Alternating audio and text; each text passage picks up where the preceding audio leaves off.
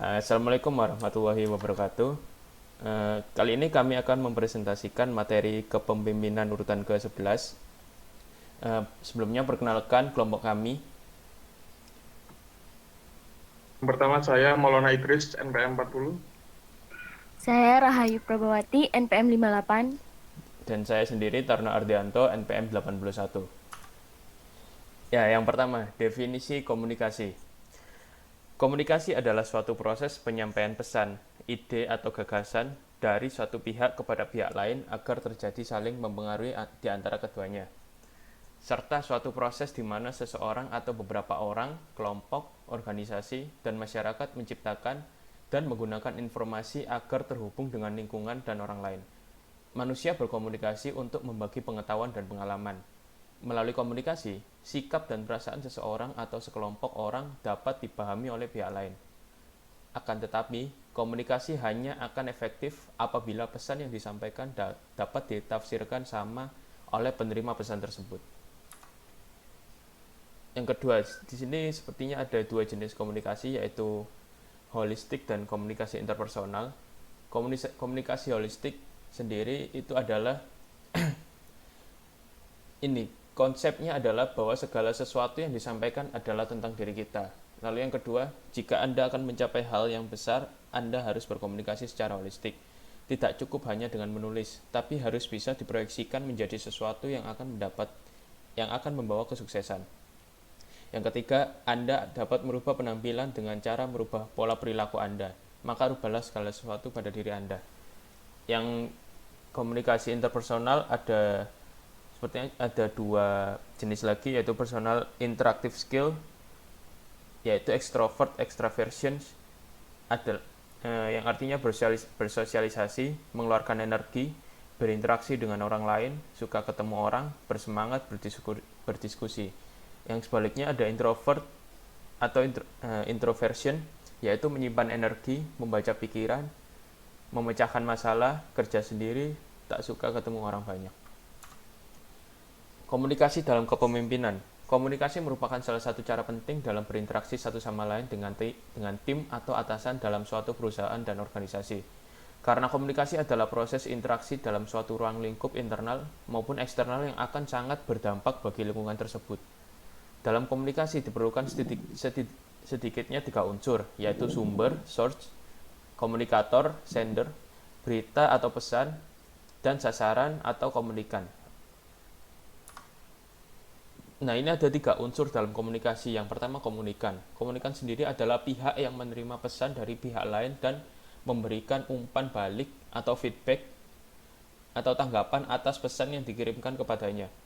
Ya, yang kedua yaitu pesan. Pesan adalah isi atau maksud yang akan disampaikan oleh pihak satu ke pihak yang lain.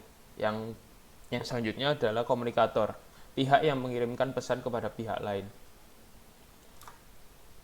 Fungsi komunikasi kepemimpinan. Yang pertama ada fungsi informatif, yang kedua fungsi regulatif, yang ketiga fungsi persuasif, dan yang keempat fungsi integratif. Fungsi informatif. Fungsi informatif bisa disebut organisasi dapat dipandang sebagai suatu sistem pemrosesan informasi. Maksudnya ialah informasi sangat dibutuhkan dalam suatu organisasi dan perusahaan. Informasi yang tepat, banyak sumber, akurat, dan tepat waktu sangat membantu dalam suatu organisasi atau perusahaan menjalankan tugasnya. Yang kedua, fungsi regulatif. Fungsi regulatif dalam suatu organisasi atau perusahaan ialah terkait dengan regulasi atau peraturan-peraturan yang dibuat oleh suatu organisasi. Dan peraturan ini harus dipatuhi oleh seluruh anggota dan pemimpin dalam suatu organisasi demi menjaga sikap kedisiplinan dalam organisasi. Yang ketiga, fungsi persuasif.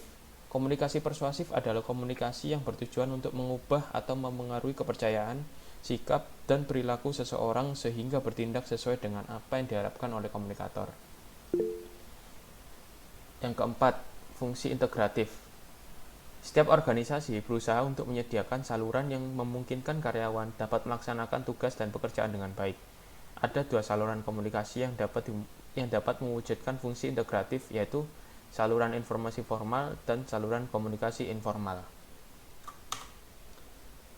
Ini ada hambatan-hambatan pemimpin dalam berkomunikasi. Hambatan mekanik yaitu komunikasi yang disebabkan oleh faktor elektrik, mesin, atau lainnya. Hambatan sematik yaitu komunikasi yang disebabkan oleh faktor bahasa yang digunakan pemimpin atau bawahan dalam komunikasi. Hambatan antropologis adalah hambatan yang disebabkan oleh perbedaan pada diri manusia, contohnya perbedaan pendapat satu sama lain tentang suatu hal. Yang keempat, hambatan psikologis, yaitu hambatan yang disebabkan oleh faktor kejiwaan. Selanjutnya, mengapa komunikasi penting bagi pemimpin? Sebagai sarana untuk mengkomunikasikan visinya kepada orang lain, meyakinkan dan menumbuhkan kepercayaan kepada bawahan akan visinya. Kemudian peranan pemimpin dalam komunikasi. Pemimpin sebagai komunikator. Di sini seorang pemimpin dalam kegiatannya sebagai komunikator ialah adanya faktor daya tarik komunikator dan faktor kepercayaan pada komunikator. Kedua, pemimpin sebagai negosiator. Pemimpin bertindak bukan saja sebagai komunikator, tetapi sekaligus sebagai komunikan. Dalam situasi seperti itu, ia menyampaikan pesan persuasinya, tetapi pada saat itu pula, ia pada gilirannya menerima pesan persuasi dari lawannya, apakah lawannya itu sendirian ataupun lebih dari satu orang. Ketiga, pemimpin sebagai monitor. Pemimpin mengobservasi dan meneliti gejala-gejala yang muncul di masyarakat yang mungkin menimbulkan pengaruh pada dirinya, pada kelompok atau organisasi yang diwakilinya.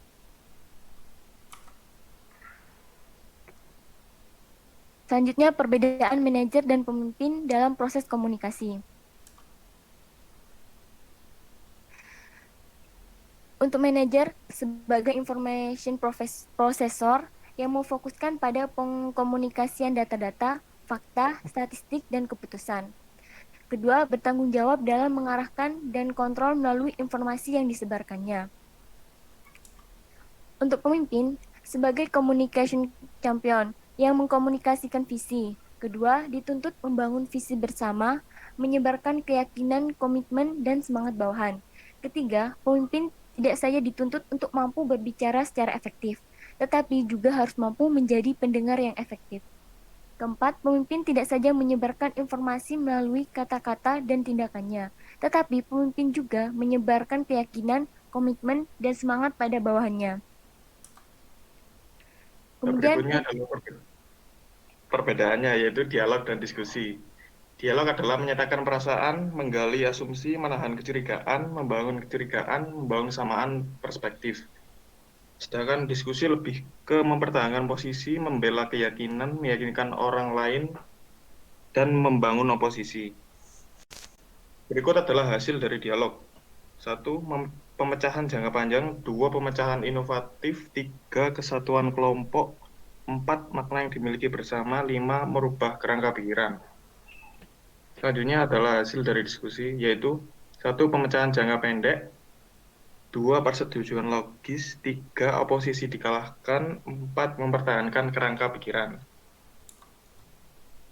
Ya, berikut ini adalah skill komunikasi yang wajib dimiliki seorang pemimpin di bidang apapun, yaitu 1. Gunakan bahasa tubuh dengan benar. 2. Menginspirasi orang lain dengan ide. Yang 3. Mengakui orang lain. Yang 4. Percaya diri saat berbicara di depan banyak orang. Yang 5. Memproyeksikan kepemimpinan. Ya, selanjutnya adalah 3 fakta utama tentang komunikasi untuk para pemimpin. Yang pertama ada visibilitas. Maksud dari visibilitas tersendiri adalah seorang pemimpin yang berkomunikasi dengan baik tidak akan membiarkan suasana untuk menggelamkan perannya di dalam suatu lingkungan. Yang kedua adalah menjadi diri sendiri. Maksud dari menjadi diri sendiri adalah seorang pemimpin yang berkomunikasi dengan selektif mungkin akan tetap menjadi dirinya sendiri. Berkomunikasi secara jujur apa adanya, setiap kata yang diucapkan memang fakta tanpa dibuat-buat dan berdasarkan pemikiran yang dirinya miliki. Yang ketiga adalah menjadi pendengar yang baik. Menjadi seorang pemimpin yang mampu menjadi pendengar yang baik adalah akan menumbuhkan rasa kepercayaan, rasa hormat, dan keterbukaan antar seorang pemimpin dan karyawan, serta kepada klien, pelanggan, mitra bisnis, atau sesama pemimpin perusahaan lainnya. Ya, yang terakhir adalah kesimpulan. Jadi kesimpulan pada slide kali ini adalah komunikasi kepemimpinan merupakan aktivitas penyampaian pesan, informasi, dan tugas secara verbal maupun nonverbal melalui media tertentu yang dilakukan oleh seorang pemimpin kepada bawahannya dengan tujuan tertentu. Inti komunikasi kepemimpinan sesungguhnya adalah bagaimana memberikan instruksi atau tugas yang jelas dan mudah dipahami oleh bawahan. Bagaimana mengkomunikasikan kebijakan organisasi atau perusahaan kepada semua unsur di dalamnya, bagaimana frekuensi komunikasi pemimpin dengan bawahan, dan bagaimana memotivasi pada bawahan. Dan yang terakhir adalah membangkitkan motif bawahan atau karyawan, menggugah daya gerak mereka untuk bekerja lebih giat. Oke, sekian presentasi kali ini yang dibawakan oleh kelompok kami. Kurang lebihnya mohon maaf. Wassalamualaikum warahmatullahi wabarakatuh.